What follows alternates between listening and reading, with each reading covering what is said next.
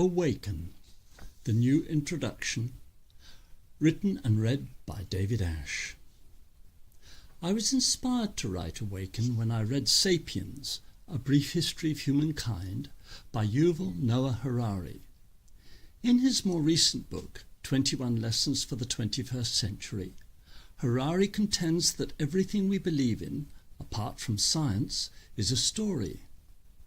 In the book he draws on practically every sphere of human belief, especially religion, to reveal the extent to which we have been taken in by stories. But he failed to include the story he believes in, the story of materialism underlying science. This is common of most sapiens. We're quick to question the beliefs of others, but we're not so quick to question our own beliefs. In 21 Lessons, Harari revealed his belief in materialism when he wrote, "In itself, the universe is only a meaningless hodgepodge of atoms." In that statement, Harari summarized the atomic hypothesis, which is the core principle in the philosophy of materialism that was promulgated by Democritus 2,500 years ago and is still believed in by most mainstream scientists and philosophers today. In Awaken, I denounce the common belief in materialism and present a new story for science based on the idea that subatomic particles are not corpuscles of material substance, but are whirlpools of light.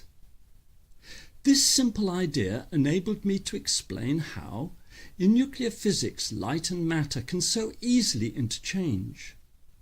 Over a period of 50 years, I developed this alternative to materialism into a full-blown scientific theory.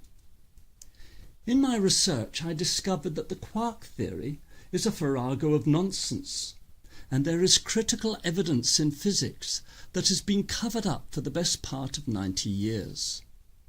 Like an unexploded bomb, this inconvenient truth threatens to blow quantum mechanics apart. From where I stand, it appears there is more reason to believe in angels and fairies than in quarks and the virtual particles of quantum mechanics. From my understanding that particles of matter are whirlpools of light, I realized that we could exist in one of a number of parallel realities based on layers of energy, all coinciding with each other. However, because of a set of self-evident rules, these other realities may be invisible and intangible to us.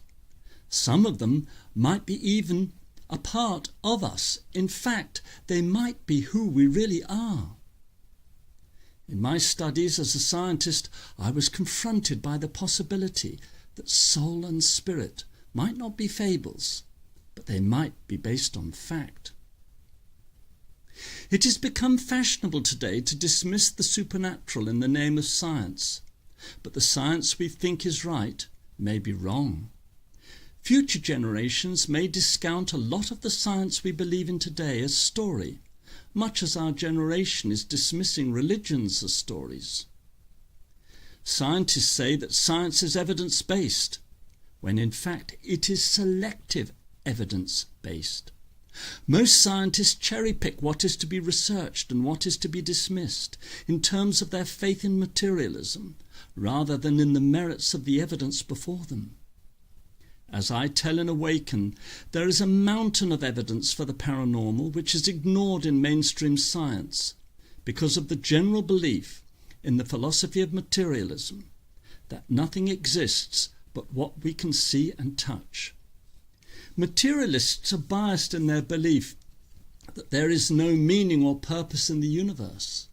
They believe everything is a consequence of totally random interactions of minute particles, which they think exist of themselves. Science is prejudiced by this belief no less than religions are blinkered by their beliefs. Even though we may find fault in religions, and they are undoubtedly layered with stories, we are in danger of losing incredibly rich traditions and clues to many truths that may underlie them.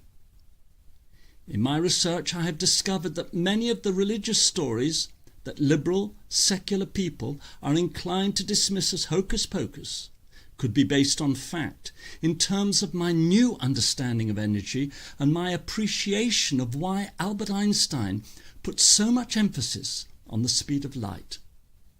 My work on the whirlpools of light has shed light on many things in religion and spirituality, as well as in science.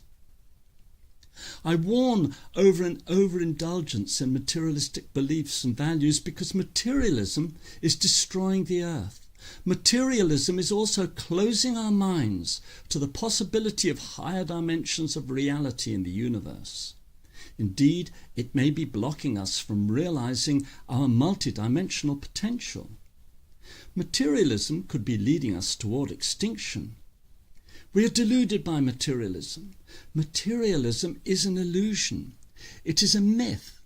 This is proven by quantum physics because according to quantum theory, everything is made of particles of energy, and energy has no mass or material substance. Energy is no thing. How can energy that is no thing form solid things like mountains and houses?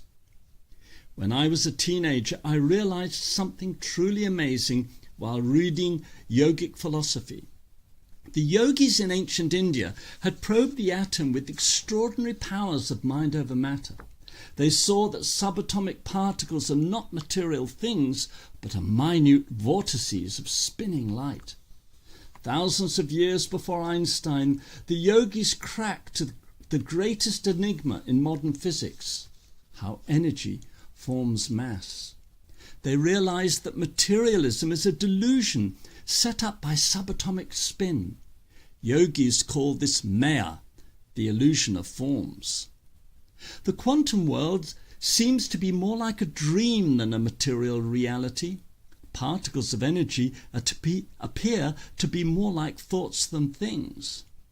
Many quantum physicists believe the universe is a mind and consider consciousness to be the bedrock of reality. This allows for amazing possibilities.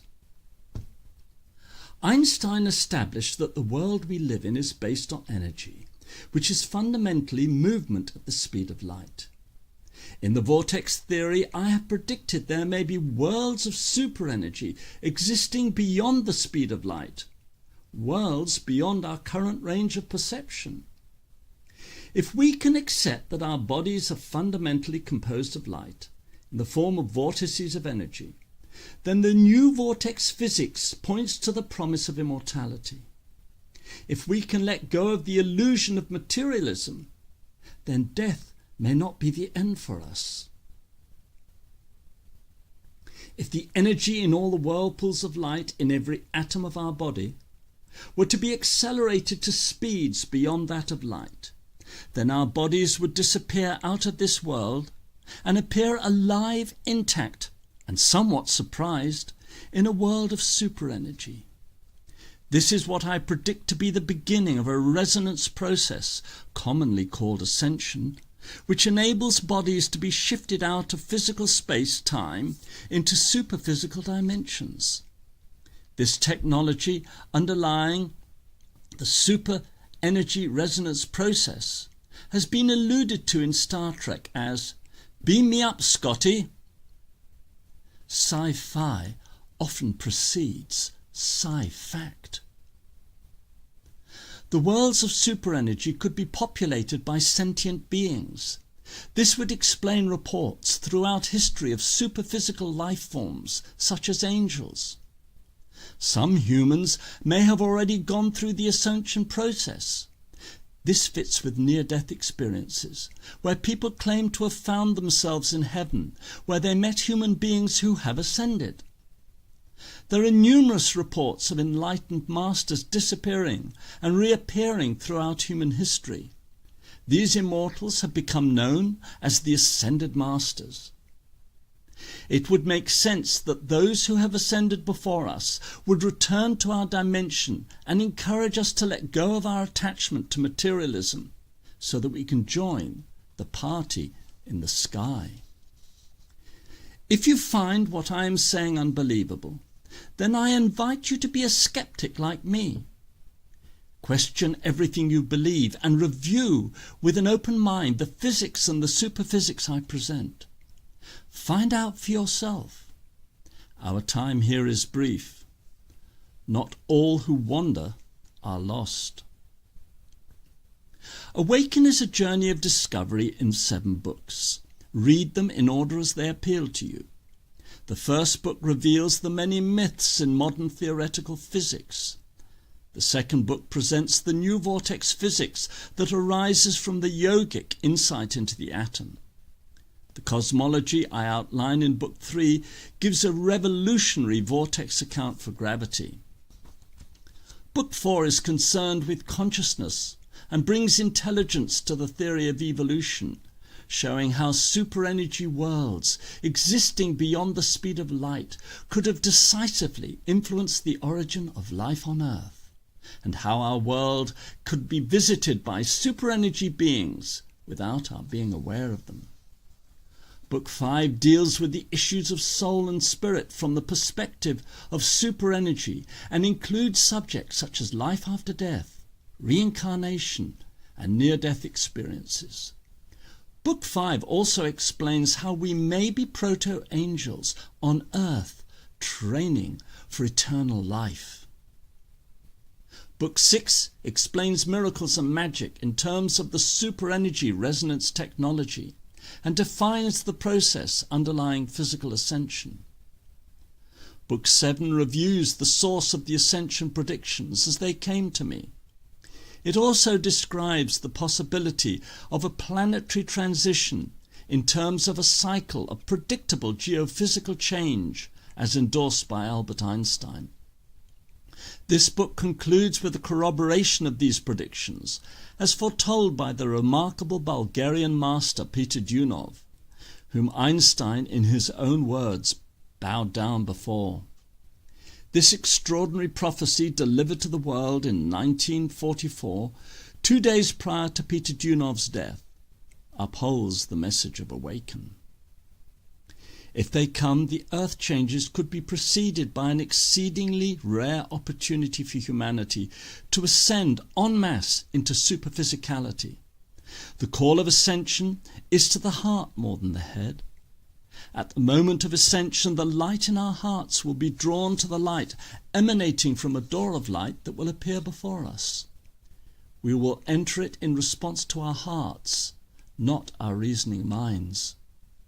Now is the time to prepare for this opportunity by living more from our hearts than our minds in the practice of love, gratitude, and forgiveness.